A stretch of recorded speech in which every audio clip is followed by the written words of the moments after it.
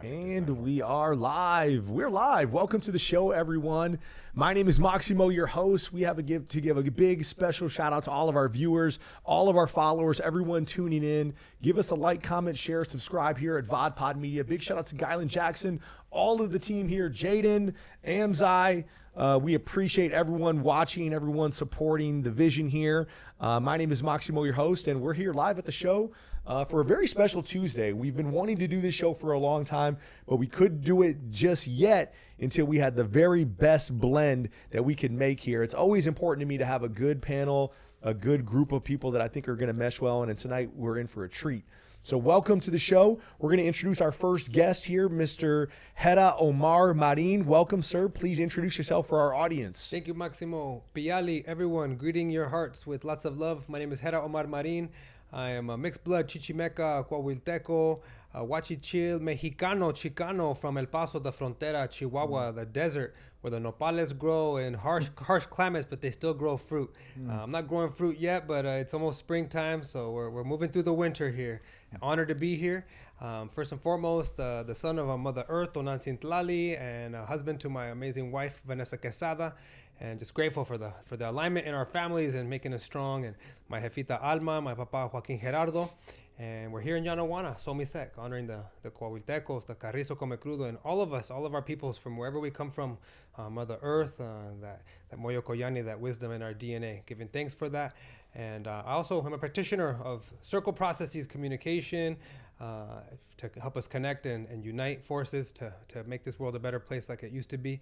And I do a little bit of diversity, equity, inclusion consulting, and I like working with my hands, making drums, working with the plants, little body work, a little martial arts, and that's a little bit about me. Right on. Thank you so much for being here. Next, Rip Giprich Jr., welcome. Thank you so much for being here. Thank you. I have not been in a space like this in a very long time. It's an honor and a pleasure, and I want to respect and honor each one of you for what you bring, and thank you for including me. I really appreciate it.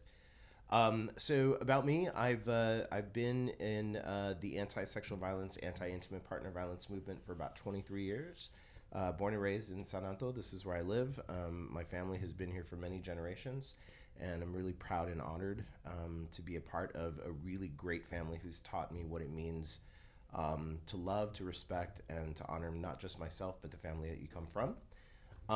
I do this work as an advocate, as a person who uplifts, as a person who ensures that folks who go through a violent incident or something tragic in their lives has access to services and also hope, and knows that healing is a big part of their journey. So I'm honored to be here for this conversation. Thank you. Amazing work everyone is doing. And so we're in for a treat tonight, folks. Go ahead and share this right now if you're watching. Share this with a friend. Share this with anyone who you think may need to hear this, this very special, intricate work. And we're going to get right into it in just a moment. But last but not least, we have Teofilo Reyes. I appreciate you being here, brother. Introduce yourself for our audience and give us some good words. What up, everybody? My name is Teofilo Reyes Jr. I'm from the east side of Houston, Texas. Moved here to San Antonio about 2007, been off and on. Went into the Marine Corps for a little while, came back. But overall, I'm currently a doctoral student in education as of right now, focusing on adult education, social innovation, and entrepreneurship. And a lot of my work is working on wellness development and bringing wellness development resources to Latino communities. My whole goal is to make sure that however can do it collaboratively and through innovation and so forth, to bring wellness development resources to those so we can move Latino communities forward, and overall everyone can just be able to be themselves and authentic and just be able to live their life the way they want to live it. Awesome. And so I've heard so many good things from these brief intros. Hope, love, some of the words, being authentic, moving in our power, right? A lot of people ask me, well, hey, Maximo, I heard you have a podcast, so what's it about? Well, we don't have a topic per se, but I think if we were to give some words out there, it'd be people, culture, power talks. And how do we leave people empowered? How do we create, those droplets and ripples of change? And I think we'd all agree that we've got a lot of work to do in society to make, a more equitable, a more safe, a more respectful and just society for everyone. And the role that we play as men is paramount to all of that. It'd be hard pressed for us to move forward with any of that without addressing some of the concerns that we have in our communities, stuff that probably we've been a part of. stuff that we've been dealing with, stuff that our friends, family, relatives have been dealing with. And that is to do with mental health. There is a mental health crisis going on amongst men, in the United States, worldwide, that leads to depression, suicide ideation, anxiety disorders, feelings of inadequate self-worth. I think if we were to open up and just putting it all out on the table to talk about the elephant in the room, I mean, why do we think some of that exists? What? Yeah, you ready to go for it? You got to be. Why I think it exists, just I guess in my own quest, I just recognize that the times where I've been not true to myself is because I was trying to fit in certain places. Perhaps I didn't have enough money, so I was doing not such honorable things so that I could get some money or get some clothing so I could fit in. I noticed some of the times where I've just been dishonest with myself and maybe tried to be someone that I really wasn't, again, to get some sort of love and acceptance. Perhaps that I wasn't accepting myself because I didn't really know who I was, right? Mm-hmm. So I recognized that I grew up in a state in Texas, in West Texas, El Paso, where the curriculums that I was, raised with did really well to make me think I was an inferior, second-class person, right? Mm-hmm. As much as my parents tried to inculcate that a sense of dignity of who we are as Earth peoples, as people that serve and are helpful, I let what the schools taught me really get into me and penetrate me. So later in life, I recognized how that was the beginning, right? At least myself, of not feeling enough, and how that kind of was a downward spiral at times to not treat myself well or to tolerate lower grade attitudes even inside of me, of what I wanted to aspire to, or how I wanted to honor myself or take care of myself, or what I put up with in terms of my relationships. So I think that's kind of like the beginning, right? To the answer, Maximo. Later, I had to understand, there's systems of power and play, right, that came from Europe, that went to Portugal, went to Africa, stole people, enslaved people, came here with their holy books and made my ancestors feel like they were inferior. So there's a whole chain of events, right? So I observed some of that, and without trying to throw too much shade towards it, I just try to look at me and recognize, all right, well, what can I do about it, right? Here I am, I maybe started in my late 20s to kind of unroot, pull out those bad weeds and try to plant new seeds. For a while there, I felt like, man, it's kind of late. I'm kind of banged up already. I got some kind of negative patterns I got to shift up a little bit, but there's always time. Absolutely. And that's powerful work, man. I mean, some people don't do that at all. Those are subjects that most people don't want to breach. It makes people uncomfortable. It makes people think like, man, I've got to be accountable to someone in society. But I commend you for doing that. Yeah. I was doing this this leadership development thing with the college students here in a local university. And we went down to Houston to the southeast side. And the southeast side of Houston is by I-45, predominantly Latino there. And in this middle school, we did this exercise where you kind of have to draw, right? You don't express the words, you express through artistic aspects of it, however you need to do it, stick figures, whatever. There's a point where you describe the future you, what you want to see yourself as, what you want to be, and we made sure to set it up like you be a doctor, you be a hairstylist, you can lay floors, you can be a neuroscience, whatever you want, draw it. But also draw what you currently see. And in that aspect of it, there are many students in this, and this was in a lower socioeconomic area. Many students had a trouble drawing. Some had trouble both. Some had a hard time drawing who they were currently. And then we asked, we had a feedback on that, and some of the kids are just like, I don't know. Yeah. Right? And it's like, well, what do you mean? When we talk about it in school, have you ever done this experiment? And some of them haven't. I've just never been told that I can do whatever I wanted with some kids, right? And the other ones, there's the self-esteem issue is already happening, right, in middle school. And so you have other kids, because now one thing about the element, you're drawing, and other kids are seeing what you're drawing about your opinion of yourself, right? So we're trying, with the point of the exercise was to show the journey of being able to see yourself as a doctor or whatever. But a lot of them didn't want to express themselves because of the criticism around of what the other students would think. Like, you're not that. Or you need to draw yourself a little fatter. Or you need to draw yourself a little shorter. Or whatever it may be, right? So you think to yourself, when you meet, when you start to think about the confidence in yourself and allowing the voices of others to kind of intervene and what you should be thinking about yourself. You get what I'm saying? Mm-hmm. So like, I love myself, but like then hear all these other environmental status quos about you're not that, right? And then that's when that uphill battle starts, right?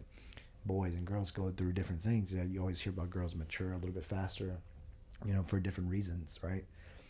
But at some point that young man he's facing things at that same time in middle school, high school, those type of things. So the question is it a crisis now, right? Like you said, the mental health crisis now, or has it always been, or is it even a crisis, or is that the appropriate word to use? Yeah, that's a good point. You know, but I think there is a reckoning going on in society, and we've welcomed it, and maybe some haven't welcomed it over the last 10, 15, 20 years of recognizing that, hey, we've never had this thing right. Yeah. You know, as men, right?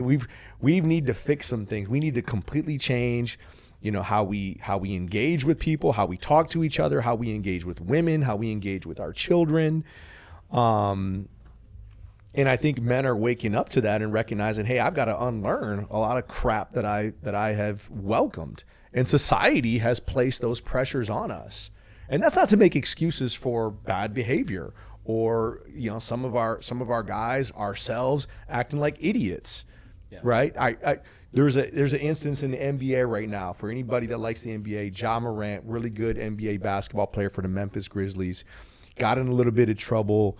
He checked himself into counseling, right? Some of the trouble that he got into was he was flashing a gun on social media at a nightclub, something like that. Well, Ja Morant's 24 years old. Now, y'all don't want to know what I was doing when I was 24 years old, if he's going to be ostracized and put out there, because if you're dealing with fame, you're dealing with money, you're dealing with, you know, coming from communities of color, there's different pressures on people, and we don't always get it right, you know? I think it's an interesting point that you brought up about the crisis, right? We're very quick to label everything because we have to. We're a society that has to label something, because if I don't know what it is, then I'm either afraid of it or it doesn't exist. So I have to put a label to it so that I can define it and I can, you know, go from there. But I also think that it's in addition to this mental health crisis, at the same time, on a parallel, there's an identity crisis. And I think for a lot of men, myself included, you grow up not really knowing who you are, because who you are is based on who your parents expect you to be, who you think you are in that moment, who you really want to be, and who others around you expect you to be too. Right. And who the hell am I then, right? And I don't think we are given enough permission to explore those things. We just accept it from everybody else, and then we make that a part of who we are. So it's like taking different pieces from different puzzles and trying to put them all into one to make your own. And it's not going to fit. But I don't think, and that may sound a little weird and confusing, but for me, it's always been this, I have to know who I am, because who I am is defined by me, not by everybody else. And who I am gets to interact with you how I choose to, because that's who I am. But I can see how kids would struggle with who am I right now and who do I want to be? And I can only imagine too that a lot of those young folks that were doing that, especially the young men, did not have a good image of who they are right now, but their image of who they, for some of them, who they are or who they want to be is great. They had this like, this is who I'm going to be, and I'm going to be great, and I'm going to be this, and I'm going to be successful, I'm going to do all these things. Right now, that's not me. And then there's no one to show them that who they are is worthy, right? Who you are is who you are now. And that to achieve that, here are some things that you got to do. So another part of that identity crisis is also permission. I think we're also seeking permission from everybody to feel, to be vulnerable, to ask questions, and to just say, I don't know who I am and I don't know what to do. You know, going back to that time that we went, you know, I tell you this, a lot of the friends that I grew up with, we roast each other hard. You know what I'm saying? Like, that's just part of it. You know, we capping back, blasting each other, whatever, right? And that's just, it's in jest, right? Sometimes it ain't that deep, but there always is. Sometimes there's a little bit of truth to the joke, right? That stings a little bit. That makes you think about it on the bus right back. Yeah. You know, and so I think about it in those moments. Sometimes, you know, something like, hey, it ain't that deep. You know, maybe not to the whole majority, but to 1, 2, 3, 4, right? That takes its toll. But kind of going back to like saying who we are. One of the things that comes to mind also is, and it's something that became a point of topics, is during the COVID pandemic, right? Mm-hmm. We find out that we're social creatures by nature, right? But what were some of the points that proved to that? Like that says that is so.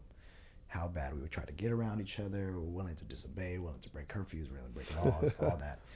But one of the aspects also is one of the things of how many calls were gone to the mental health crisis hotlines, right? When you were by yourself in like what some would say, solitary confinement, right? Yeah. If you weren't an essential worker, you had a lot of time to think and reflect, and not just for a day, not for 2 weeks, not for 3 weeks. We're talking about months and in for almost a year, 2 years. And some people had a hard time with that. And the unfortunate fact, there was suicides that happened during that time. Yeah. There was divorces that happened during that time. There was a lot that happened because the world had to stop, and you were left alone with your thoughts without distractions. So in those moments, sometimes it's easy to, when we get around other people, I'm distracting myself with school, with work, and there's those stresses that pile on. But also, what is it when it's silent? Right. And it's just you. And it's you and your thoughts, and you and your own expectations, you and your own goals. And did I meet them? And did I not? And all those things. And I think about in those moments, how are we taught to have those conversations about ourselves with ourselves? You know, through some of us meditate. Some of us have a spiritual aspect of prayer. Some of us through exercise, but you couldn't exercise, right? So it's in those moments, that awareness and that independence and that comfort of your own spirit and your own self, you know what I'm saying, whatever background you believe in, how are you having those conversations? Right. And how are you having those conversations? And if you have it for one day, and then I haven't received that call, Max is the one that's, you know, he's the positive guy, right? He not only called, but now Max is going through his own stuff. So if Max ain't there for me, how am I having that conversation with myself? And then the hotlines and so forth. You know what I'm saying? I've made an intentional effort not to say that's crazy anymore, because that speaks to this issue of mental health, right? And, you know, I think we all have our days, right? Whether they're good or bad, positive, indifferent. But making an intentional effort to change the language that we use on a regular basis in our circles. We use the word vulnerability, right? I think as men, you know, we've been taught like, hey, don't be vulnerable. Maybe many of us, when we walk into spaces, any space, you kind of have your guard up, right? Okay, who can I trust, right? We walk into a space, how can I speak freely? How can I be myself? That identity crisis. When do we allow ourselves just to be authentic with who we really are? You know, at what point do we say, okay, armor down, guard down, where I can just be myself and be exactly who I am and express myself, that I like Disney music. I love that Encanto soundtrack, right? Some of our brothers may not. Some of our guys. Nah, dog. Once you have kids, dog, you're gonna love that Disney. You're gonna love Baby Shark. Like, nah, man. I know that Encanto album like front to back. And my daughter rocks that mug. Yeah. Chopped and screwed everything. Yeah. Yeah. But again, you know, speaking to the point is, when do we really truly allow ourselves to be vulnerable, right? When do we say it's enough, man? You know, like, Hedda, you and I are pretty good, man. We're pretty tight. You know, if I need to call you, pick up the phone and let you know, man, hey, I'm going through something. I'm comfortable doing that, you know, but you have been there and been a resource to people to allow them to do that. How have you mastered that practice? Thanks for asking and for lifting up that connection too, Maximo. I was feeling the same thing earlier today, that, you know, I feel like I've been held as well. That I've been resourced in a way that allows me to also listen to my intuition, and my body wants to hold space. Yeah. You know, not just to like hold a brother or hold a sibling, but to hold a space so that who I care about can also activate and turn on their power, their healing, their insight, their wisdom that they already know. They just need a little bit of space, a little bit of witnessing. And I think I also, you know, I love my parents dearly, and I learned a lot about what to do and what not to do. And my pops and I still joke about that. And he always said, hey, mijo, I can only teach you so much. You better go out there and find some teachers, man, and then come back and share some with me. Not that I'm going to be willing to listen, but try it, you know? And we joke around. So I'm so thankful for that. And I recognize that in seeing that my pops didn't have the capacity, like he really just didn't know how to do it.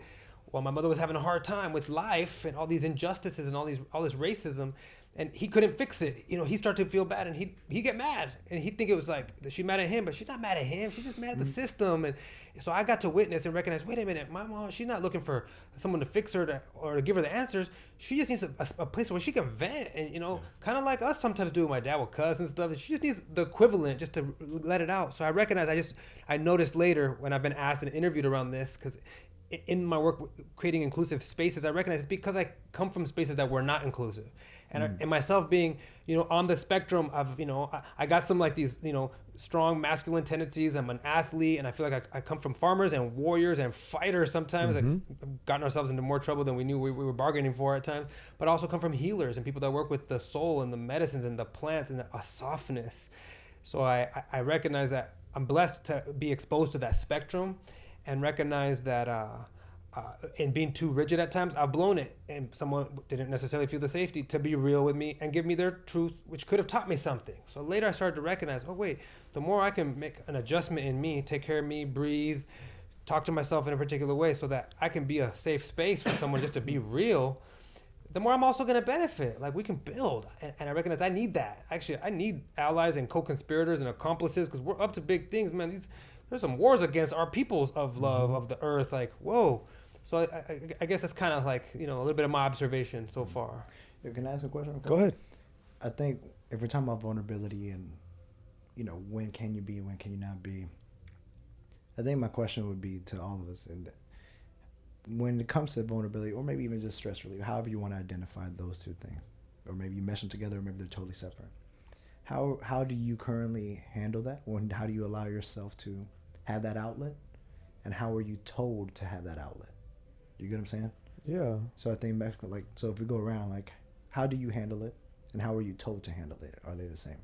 So for example, for me, like, I grew up. There was two parts of growing up in my life where, like, my house was the house that everybody came to, like family. My mom was a great cook, everything. Not just because she's my mom. Like, I don't say my mom, whether she was my mom or not. And everybody came up there, and then there was a part where they got saved, and then it became a evangelical Pentecostal house, right? So it was like two eras. So the growing up is pray, right? That's the thing.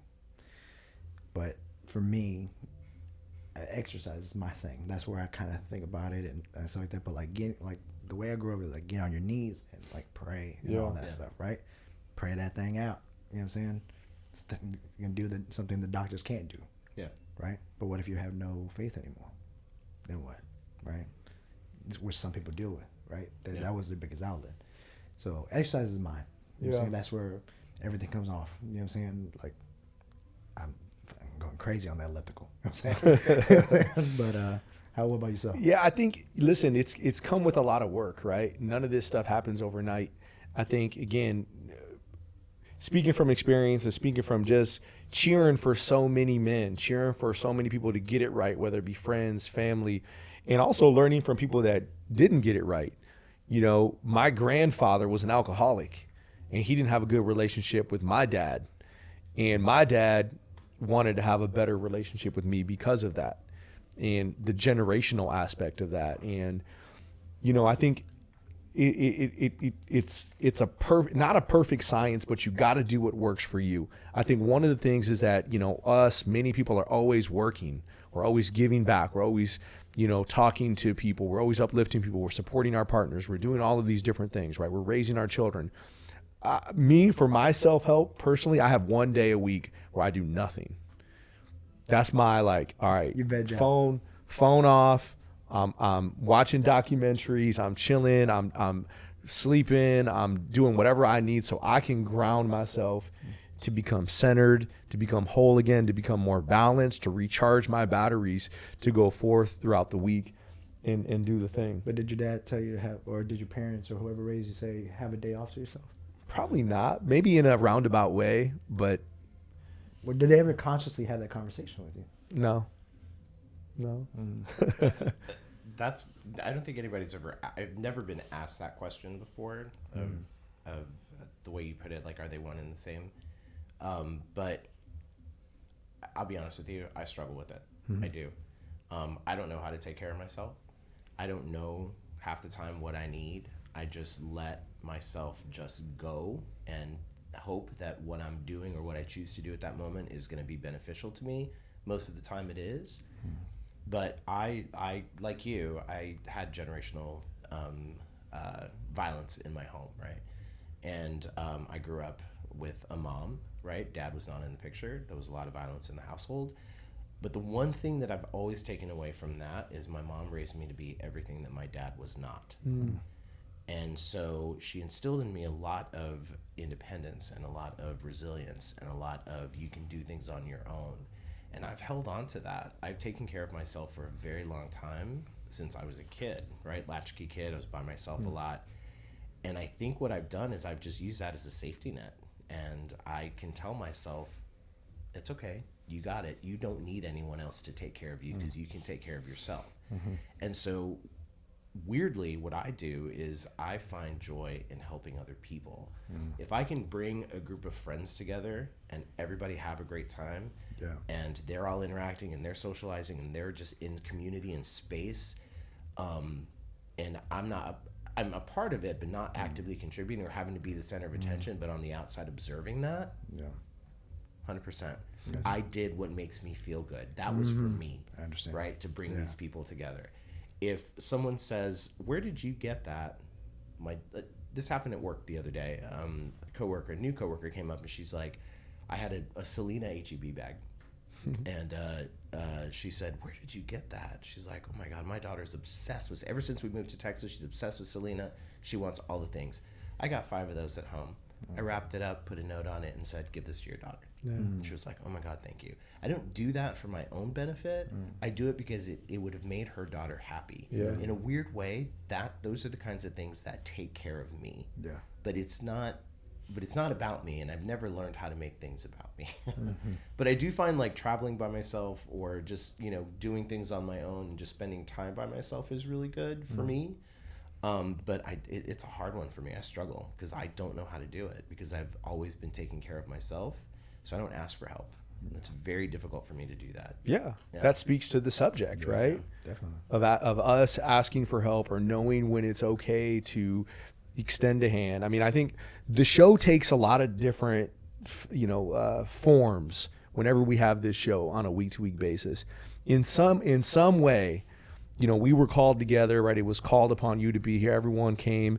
And in some ways, this is a healing circle for us. You know about that work, right? Talk about the importance of creating the space for people to be vulnerable, to be themselves, to give them that power to walk in their true purpose, to be authentic, to find, more of their true self. Thanks, Maximo. And real quick, Teofilo, I'll just share that my pops didn't really tell me this is the way to be man or be responsible, but he wanted me to do better than he did. He really instilled, you got to work hard and you kind of have to hustle a little bit extra because things you do may not be appreciated. He didn't quite mention it's because of racism or because of the systems of oppression. He didn't quite analyze like that. He just said, you better just throw down extra all the time and find good people to be around you. Later, I recognized that I over-internalized some of that stuff, and I even took it too far, right? And being hard on myself and working all the time and wanting to serve to where then it's later in life where I have that discipline like Maximo to take those days to recharge. So because of that, and in those kinds of days of that refreshing and recharging, I is where some of those ideas and those visions come of getting some brothers together. And also be careful to just also mention that, the whole binary of brothers and sisters and man and female, right? I'm still kind of decolonizing in my own mind the way I was raised around that. Even though on my grandma's side, my Chichimeca grandma's side, I was taught that there's 6 to even 7 different places along the spectrum of masculinity and femininity. And they always told me, Hedda, you're two-spirit. You got enough of this and enough of that, and we need you to have this feminine piece to kind of help us stay tuned because we're moving too quick. This economy moves us too quick. We need you to stay tuned and notice the emotion that came up so we can slow it down and address it a little bit, because if we move forward without addressing it, there's going to be resentment. It's going to cause more work. El flojo trabaja doble. They would say, if you don't do the work up front, it's going to be double the work a little bit later. So in looking for comrades, colleagues, other men to mirror me in a space to, vent a little bit about. Like sometimes it's like tough, right? The pressure's like, yeah, so I'm a bit sensitive and I care, but I still have like a contradiction in me. I'm like a warrior and I'm a healer and I want to fight. Like I'm pissed. Like there's a war against our people. They're making it illegal for us to learn about who we are, about these earth ways, and they're pushing all these other ways on us that are actually hurtful and harmful. Like maybe if they worked and they made us good people, but they're hurting, right? Yeah. So from that, I'm thankful to Creator, to the energies that have sent me good people. My dad's prayer came true. Like older men that weren't perfect, but that were working on themselves and had good work, good relationships, were playful, were healthy, and it looked like they were having fun. So I thought, wow, this is what my dad was talking about. So I just stayed close to them and I just tried to soak up some game and see if I can help them out with something. I can help with your landscaping and kick it. And they invite me over to barbecue, and they just start teaching me things. And I feel really lucky. I was out in the Bay Area in Oakland for about 13 years, and I was a part of a Chicano Latino men's group, men that were reclaiming their indigeneity through practice, through gardening, through farming, through spirituality, through fasting, and through owning up to some of the toxic elements, right, to the humanity, to the masculinity. And they had a pretty simple way of connecting every other week to talk about stuff, to do a little ritual, a little ceremony, and they created that safe space. And I got to experience it, and then they also kind of lifted me up and said, all right, Hedda, help us take it to the next level and bring in some of like the community organizing work and your grassroots work and other areas, and help us kind of like take this to another level and bring on more folks. So it was really empowering for me to be held first and then asked, all right, bring the next generation your age as well. So they created that psychological safety where they modeled it for me first. So I think it's an answer to a lot of the questions that we're asking here is that I feel fortunate that I saw the modeling. Wow, badass man, like they're throwing down in many ways and they're cool and they're, like they take care of themselves. They got a good thing. And they're, one of them, his husband, he was gay. They look happy. The other one, his wife, they look happy. They take vacations. They work hard. Like, what are they up to? And a lot of it was naming, hey, this hurts. I'm sad. I got this issue. Yeah. And I'm like, man, you can be tough and cool and name stuff and it's bothering you. Wow, then I guess I'll give it a try. So thanks to them, about 13 years ago, they planted those seeds in me. So since then, I look for that, right? But again, it takes some work to create that safety, and I never want to like force it, right? Because I recognize where I was 10 years ago, and I was still kind of had a shell around me. I was a little bit protective and defensive a bit. So I like to give it the time it takes for us to build the trust that we want, and just to kind of naturally see where the formation is, and then take turns inviting each other to our spaces. Let's have a circle. We can talk a little bit, light facilitation, eat some food, have some tacos or some barbecue. And then who knows, see, we want to do a little music, a little show and tell of things that we're into, the art we're into. So that's a little bit about, I guess what's kind of spiraled me in this direction. I think that's powerful too, of naming things, right? Of saying, this, I don't like this. This makes me feel unsafe. This makes me sad. This makes me hurtful. This is hurtful to me when I experience these things, right? I mean, it's okay to talk about those things amongst men, right? Of saying, I don't like this. It just doesn't make me feel good. This isn't my thing. And I think that speaks to creating that psychological safety that we should do. And I think if we can do that for other men, then that's an important thing to do. I think a question that kind of going to your point a little bit, having that safety aspect, that environment, it makes me ask, is it that men don't want to do it, period, or they're looking for the opportunity to get around with others, which could be also other men, for their more empathy searching, or do they do it better with other women, right? Like, do you become more vulnerable around more men because they can understand what you've been through or what you're going through, or do you not give that vulnerability with other men and then you give it more with women because you don't want to show your peers that you're suffering in that area? That's a great question.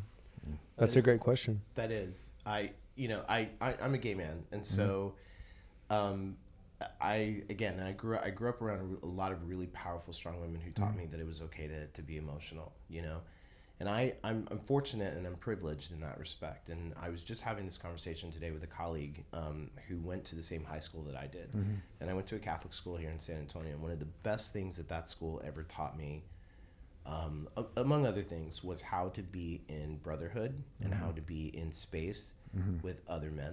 It was an all-boys school at the time. It's co-ed now, but he went there too, and he's a lot younger than me. And I told him, I said, the thing that I took out of high school the most, my experience there, was that it was okay. They taught me that it was okay to cry. It was okay to hug your brothers, and it's okay to say I love you. And so with all of my male friends, regardless of how they identify, straight, non-binary, trans, doesn't matter to me. We've created a space where we can say, I love you. And we can hug and we can cry and we can kiss on the cheek and we can do those things. And it is not a threat to anyone's masculinity. It's a form of affection and it's a form of honor to say, I love you, I see you, and you mean something to me. You know? And straight men who are not threatened by a gay man hugging them and saying that they love them, right? And I think that's part of another issue that you were talking about is we're not putting the work in now because, and I can't remember what you said, we're not putting the work in now and we're making it harder for ourselves later. We're doubling the work. And we do that by not listening to generations. I think our young folks now who are so open and who are so in tune, I think, with who they are and their identity mostly, and who kind of in a lot of ways reject masculine and feminine and they just exist, right? I mean, even as a gay man, growing up, non-binary and gender non-conforming and they, them pronouns, that didn't exist, you know? And it's hard for me to even understand it now, but I don't reject it. And I think a lot of men reject that. They reject this idea that you are not this nor that. You are just all things, right? You embrace this identity that doesn't define you. And that's really hard. And so we put up this barrier and this wall. And what do? We regulate it. We make laws around it. We tell you that you can't express yourself. You can't do that. We are not putting in the work to understand it. And we're making it harder on ourselves and making it harder for them to be who they are. But if we transitioned into it and know that, hey, this was my time, now it's your time. And I'm trying to understand. And I'm coming along on this journey with you as an older person. I don't know if that made any sense whatsoever. That did make a lot of sense. And thank you for speaking on that. And, you know, and I think that's what a healthy society looks like. Right. We should be able to honor people, and no matter who they are, right? We should be able to respect, you know, whoever our brothers, our sisters, our relatives are. We should be able to embrace them, hug them, tell them that you're special. You know, that's what a healthy society looks like. Right. You know, but I think that for some reason, all of the reasons we talk about societal factors, structures that are up, somehow it gets lost. You know, we're expected to be this way, or some senator came and wrote this bill that said you couldn't do this, and now we operate under that. And that's part of the fight that we're up against, right? And so we have this energy and this fire and this fuerza in us that we want to take on, you know, society and bash capitalism and patriarchy and all of these things, right? And you know, I don't know. I think a lot of us, myself included, are still finding our way. Yeah, it reminds me of, I think it's contextual, right? Kind of going back to the question of vulnerability around men, women, whatever it may be.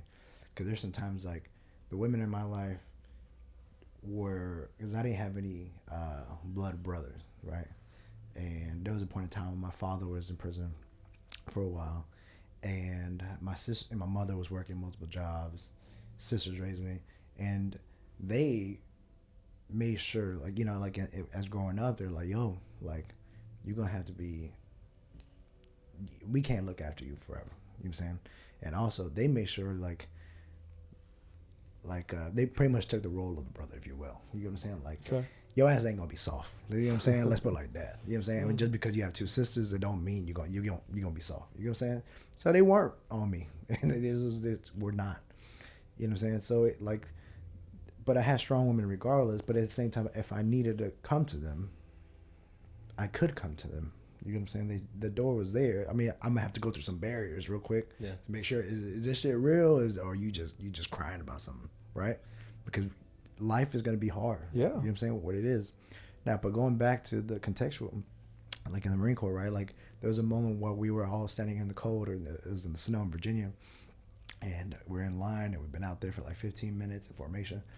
And the guy goes, hey, nobody gives a fuck if you're cold, right? And just keeps walking. And I loved it, right? But contextually, that same person, and I saw him, consoling another person that was going through training, right? Yeah.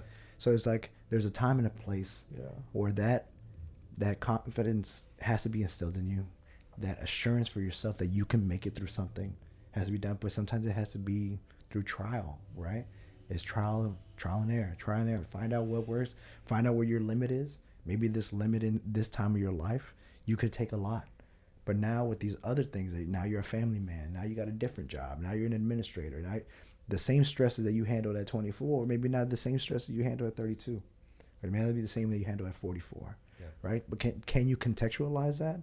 Or are you viewing this struggle that you're going through now as the 22-year-old when you ain't got the same back, you ain't got the same knees, you ain't got the same nothing. You know what I'm saying? Yeah. Like it's a whole different situation. So I think the question is, can we contextualize it? That we're in a different space now, we're in a different neighborhood now, we're not back home, you can make decisions for yourself, or are you viewing it with the same principles and values of that time when you were 7 in your house going through a whole bunch of stuff? You get what I'm saying? Mm-hmm. So I think that's the hard part. Sometimes we're in our past, or we're in our neighborhoods, or we're in our old groups, and we're trying to think of that in a whole different setting. You know what I'm saying? But if we never allowed ourselves to kind of funnel through that, we never had a counselor or a therapist or whatever. You know what I'm saying? I mean, it's all of our trauma too. I mean, you're living in your trauma from way back when, and you've never learned how to deal with it. And there's so many things recently that have happened that have almost forced us to have to deal with that trauma. You talked about the pandemic, right? I mean, that broke so many of us. Relationships ended. You know, relationships got stronger. You renewed a sense of who you are, but I feel like we all have our past trauma, and that just informs what I do and who I am today, because I've never dealt with it. Nobody ever gave me an opportunity to deal with it, or told me that it was okay to feel what I was feeling. So I think you're right. I think some people still live in that, because that's what I was holding on to, and I still don't know how to live in my current. I don't know if that makes any sense, but No, it's there was a line we were talking about back then. Some things may be simple and execution, right? If I say, "Hey, dog, that was years ago. Just let it go. The solution, just let it go." You're like, It ain't that easy. It ain't that easy. Right? Like, I know it's good for me to let it go, but why is it so hard for me to do so? Yeah. You get what I'm saying? And it's funny. You said Yanawana, right? Right. I went to this organization, Yanawana Herbolarios. Have you heard it? Right? Okay. So we were there, and there was a moment where we took our shoes off, where I grounded ourselves, and a lot of points that we were talking about. Now, in that moment, before we were going to do this exercise, and there was a group of doctoral students and everything, and we're super geeky, super nerdy, all that. And what does this got to do with all this empirical data, whatever? It's just an exercise. You're like, you can do it if you want. But we did it, and a lot of the questions, it was upon reflection, right? Right? And the exercise was probably like 9 minutes, and at the end, something we were so apprehensive was the concept of reflection, right? Reflecting, allowing space to reflect, creating an intentional space to reflect. And then when we did feedback afterwards, they're like, "Yo, I was apprehensive. At first, I didn't want to show my feet to somebody, you know what I'm saying?" Like, that's what the people were saying. And then at the end, but like, I'm very thankful that I did that. Very thankful that. And you're using language that you never heard before. Energies, chakras, outside. Be at peace with yourself. Allow yourself to feel this, right? Yeah. And some people are like, I've never had that happen to me before. I never had someone give me a space to allow me to feel. So the question is, like, do you feel like it's more proactive to have someone facilitate that for you, or to do that for yourself? You get what I'm saying? Yeah, I think it depends. I mean, I think it's going to be different for everyone. It's about finding your flow. It's about finding what works for you. It's about utilizing the resources that you have. Some people move better on their own. Other people need the care and affection of someone else. Also to the resources that we have available. You all are involved in work that are creating resources for other people, right? For example, I mean, just one resource is this book. This book I go to from time to time. It's The Undefeated Mind on the Science of Constructing an Indestructible Self. It talks a lot about habits, ways that we speak to ourselves, how we reinforce or deconstruct patterns that we may have and we go to.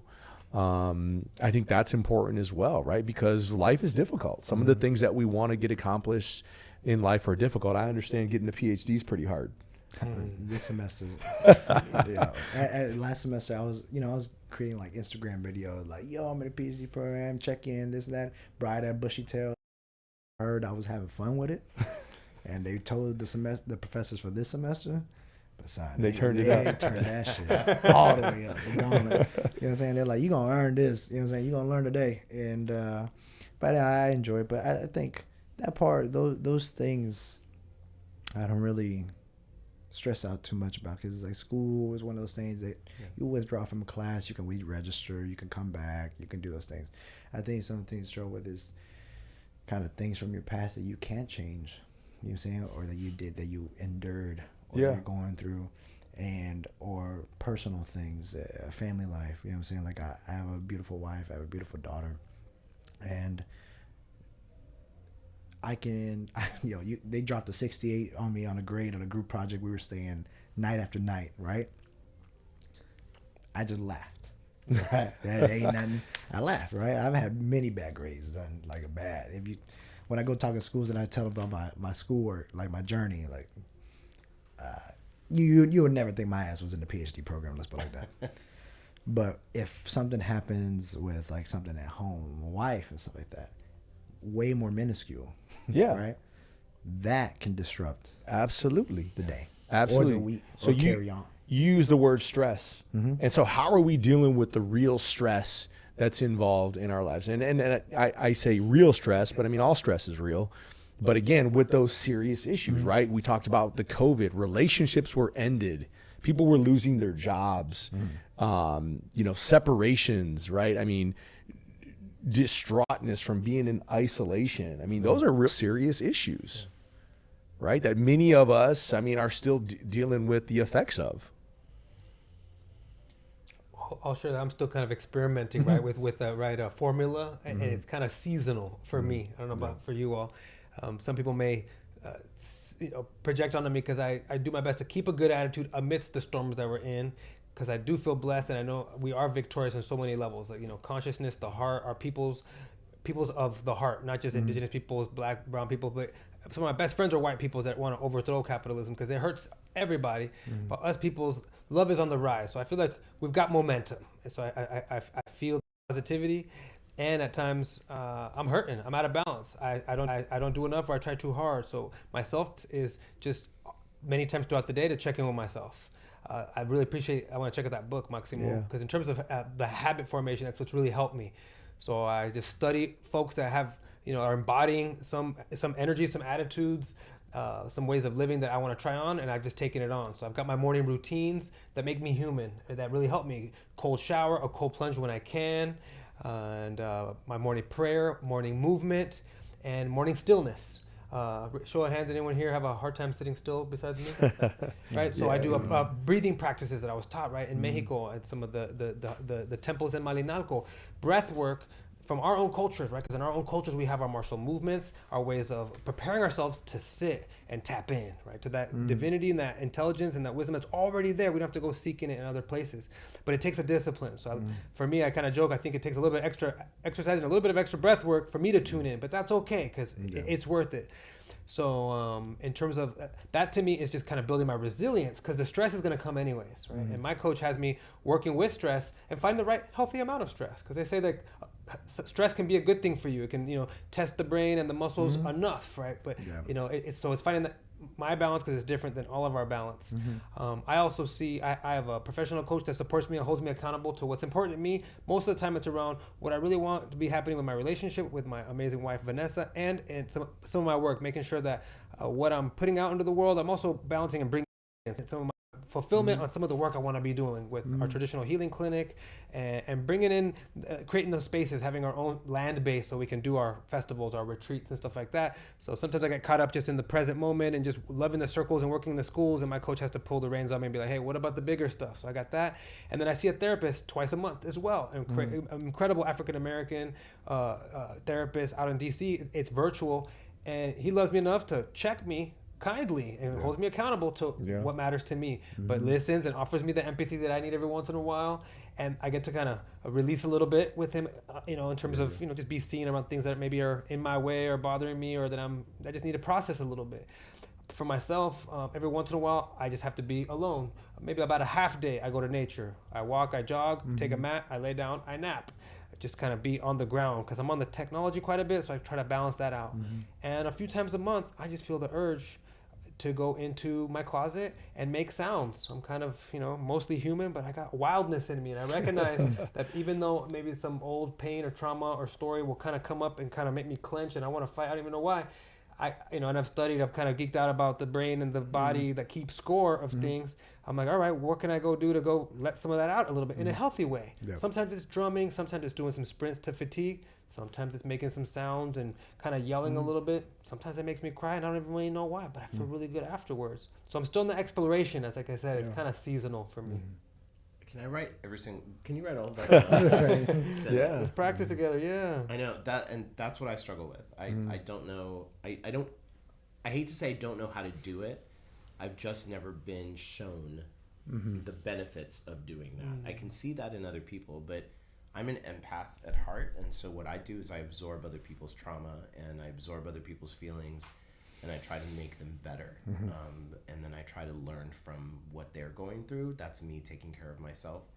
But I have a question to ask you though. How do you normally deal with people or engage with people who like me are in helping professions where we are the worst? I feel like we are the worst people at taking care of ourselves, because we are so busy taking care of other people, making sure that other people have access to all the things that we know we need too. But it's not about me, it's about you, right? So I'm going to make sure you have access. I'm going to make sure that you're taken care of. I'm going to make sure you go to bed not hungry. I'm going to, and make sure you go to bed clothed and fed and all the things. Don't worry about me. I don't need it. I'm good.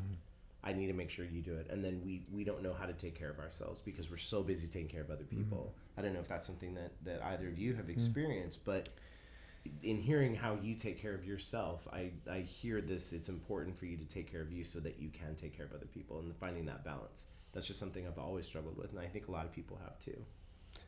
Appreciate your realness with that, and I'm happy to come back around and share in response to your answer about how to work with some of those folks with that energy and that dynamic, because your health is also my health, right? We're contagious like that. I'll come back around maybe after. Theophila, if you want to answer a little bit to that question. So one of the things I did a lot of. So my undergrad was in kinesiology and then personal training. Then I did personal training for a while, and you get people from all walks of life coming into the door, right?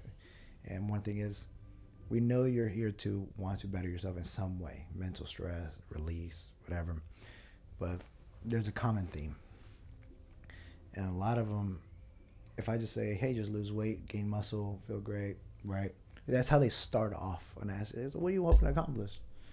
I just want to lose some weight, gain some muscle. That's what everybody wants to do, right? So then it's our job to probe a little bit more, right?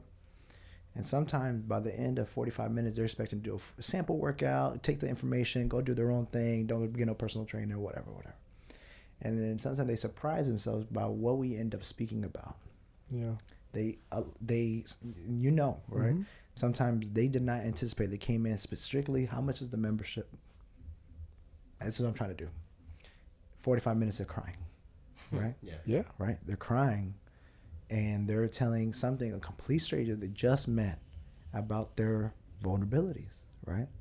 It's a vulnerable process to not just lose weight, because the cycle of what you have to do for that. And a lot of times we end up going outside of the physical and discuss all these different dimensions, right? The emotional, mental, the social, the financial, the occupational, the intellectual, the spiritual, the environmental. These different elements they didn't anticipate to speak about, but not realizing that this over here is disrupting and causing the stress eating, is causing the lack of sleep, is causing, these different elements in their life. But then you ask them once again, how do you want all of these benefits that you're done doing the jumping jacks, you're done doing all that? How do you want this process to benefit you out there? I just want to be able to play with my son. and I just want to have quality time with my wife. I want, and the bigger reasons start coming out. But they don't unload what's on their shoulders. So a lot of times we're willing to put the weight of the world on our shoulders, but we can't stand up. Yeah. You get what I'm saying? So you have to ask yourself, how can I better haul this? You have to build the strength in phases, literally and figuratively, to what you can handle. We have a controlled stress, right? So some things that we do is like, if I'm going to be your personal trainer, your personal trainer, your personal trainer, I'm going to elevate you over a course of time. But your end goal stress is not going to be the same as where you currently are now. And we have to work towards that, right? As you get older, you're much wiser because you've been through things. So now you see things at a 50,000 foot level versus at the surface level, right? But you don't know what you don't know because you're down here, right? I view. So I'm used to helping. The way I created my organization was because I was going through stuff. And the only way I could distract myself, I said, if I'm not going to do X, then I need to do it by doing Z. I need to help these other individuals. So I started diverting my own stuff by helping Hera do his thing. Right. Do his thing. And yes, it's working. But guess what? This is still here. Yeah. You get what I'm saying? Mm-hmm. A year goes by, 10 years by, it comes back. You get what I'm saying? But I'm helping now I'm helping people at scale. But yet I have yet to address this. Yeah. Does this make sense? Many people, go ahead, finish that. So I think the question is, how are you taking care of yourself so you can better help others? Do you get what I'm saying? Yeah. If your parents don't get any sleep, they can't go back to work. You know what I'm saying? They can do it for a 48-hour shift. At some point, their body's going to say, hey, man, I'm done. You get what I'm saying? Mm-hmm. So for yourself are you going to be reactive and wait till shit hits the fan to address it? Or are you going to allow yourself to be preventative so you can better be there more sustainably for others? Yeah. And thank you for saying that. Many people seek out a personal trainer, end up leaving with a therapist of some form. Mm-hmm. You mentioned this earlier. You work with a therapist out in DC virtually. A good friend, a supporter of the show, someone we want to have on. Many of you know him, Uchenaya Agba. I was on a conference call with him a couple of years ago. This was during COVID when everyone was meeting virtually. And he mentioned casually on the call when it was his turn to speak that, he was meeting with his therapist. And I thought, wow, that was like one of the first times just a couple of years ago during the COVID pandemic where someone in a men's only space had verbalized in front of other men that they're going to be meeting with their therapist. Talking about resources, how do we find a therapist anyway? I mean, what does that even look like? Hey, dog. So I was married before, right? I'm married now. Things happen.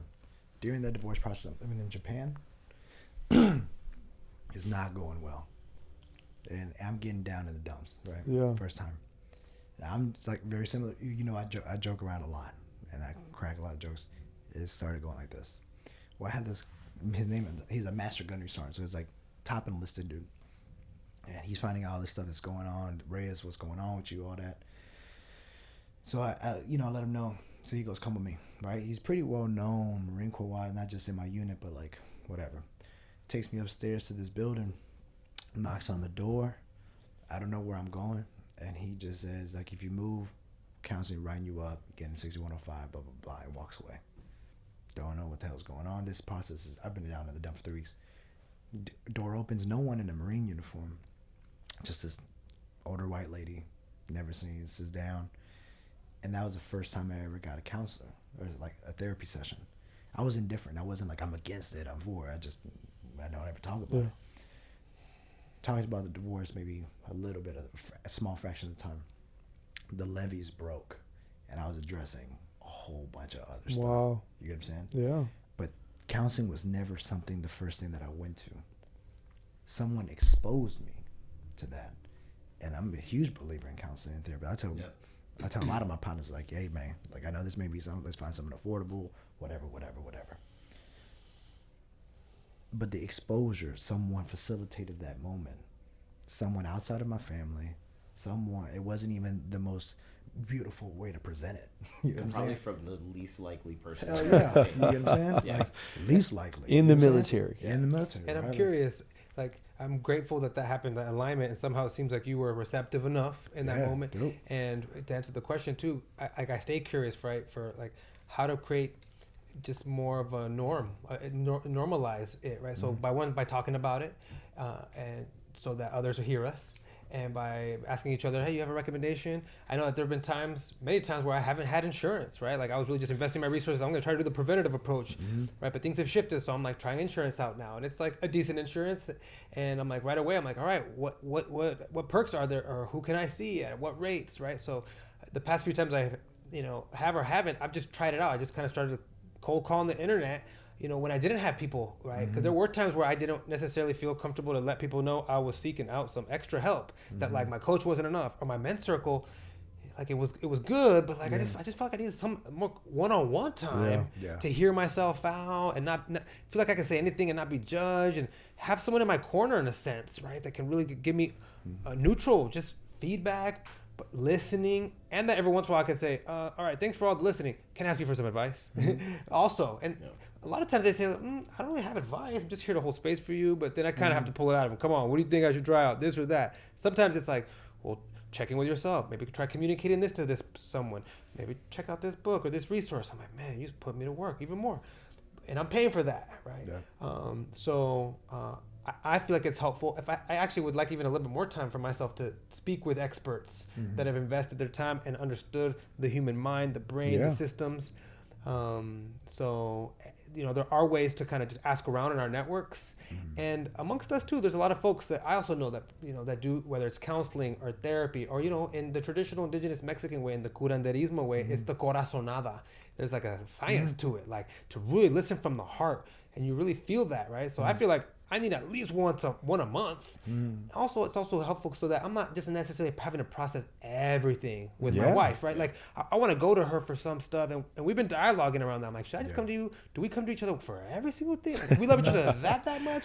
We're like, yeah, sounds good, but how about we go work it out a little bit, and then we talk about it with that person, and then we can kind of come to each other like, hey, I'm processing this piece. What do you think? So, in that exploration as well, right? I hope that answers the question a little. Yeah, and we're having a great conversation, not to cut it short, but we only have 5 minutes left of the show. So let's going around and get 90 seconds, closing thoughts, any final words of wisdom. Rick, we'll start with you. Yeah, I kind of want to reiterate this idea that resources are available, and I think that there's a lot of stigma behind getting resources or asking for help, and I'm a victim of that. But one of the things I love most about living in this community, specifically San Antonio, is that we're very community oriented, right? We're community based, and if you can't find it in a professional, you can find it in your compadre, you can find it in your amigo, you can find it in your, somebody in your life is willing to listen and to hear what you have to say and to talk to you. I think we're afraid a lot of times to ask for help. We're afraid to show our vulnerabilities. We're afraid to let people know that, something's just fucking with me right now, and I don't know how to deal with it. And we're so good at helping other people, but not understanding that we need to help ourselves sometimes. But I just want people to know that there's resources. When you feel that anger and you want to take it out on somebody else, don't. Try to talk it out. Go somewhere. There are places that will help you to deal with that stuff. If you've been a victim of violence, if you've been a victim of something and that's weighing on you and you don't know how to reach out, please do. You've got 4 men on this panel right now who are allies, who are showing their own vulnerabilities right now and who are willing to help and support anyone who needs it. So I encourage everyone to reach out to Max, and you can get in touch with any of us that way. Yeah, the DMs are open. Comments, suggestions. We're going to post some resources in the comments section as well. So thank you so much for that. Yep. Those powerful words. Oh, got it. All right. My main thing, dog, is to not have any guilt to take care of yourself. Yeah. Male, female, mother, father, single, divorced. It don't matter. You should unapologetically take care of yourself. Now, I know that's easier said than done. It's harder to say as a parent. You feed them. It's harder to say, you prioritize others. But you will be able to better serve others if you allow that time to take care of yourself. It's a hard pill to swallow, especially if you're a selfless person. I'm not saying none of this shit's easy. I'm not saying it's going to take a day. But you need you to take care of others. You get what I'm saying? So start off one step forward at a time, whether it's financially, because you could get physical implications from being broke. That shit ain't fun. You know what I'm saying? Physical, environmental, what all those other different dimensions. But if I'll put my side and all that stuff in the resources. But at the end of the day, you need you. We need you, and we need you to take care of you so we can enjoy each other. Yeah. You know what I'm saying? And I'll share that you have me in solidarity as I'm practicing every day, pausing many moments to hover above me like a hummingbird and just check my mind and see, are those my thoughts or did they come from somewhere else? Because as much as I'm all about habits and taking action and get my routines going, sometimes there are those voices that kind of creep in. I don't know from where, from what conditioning, from what programming.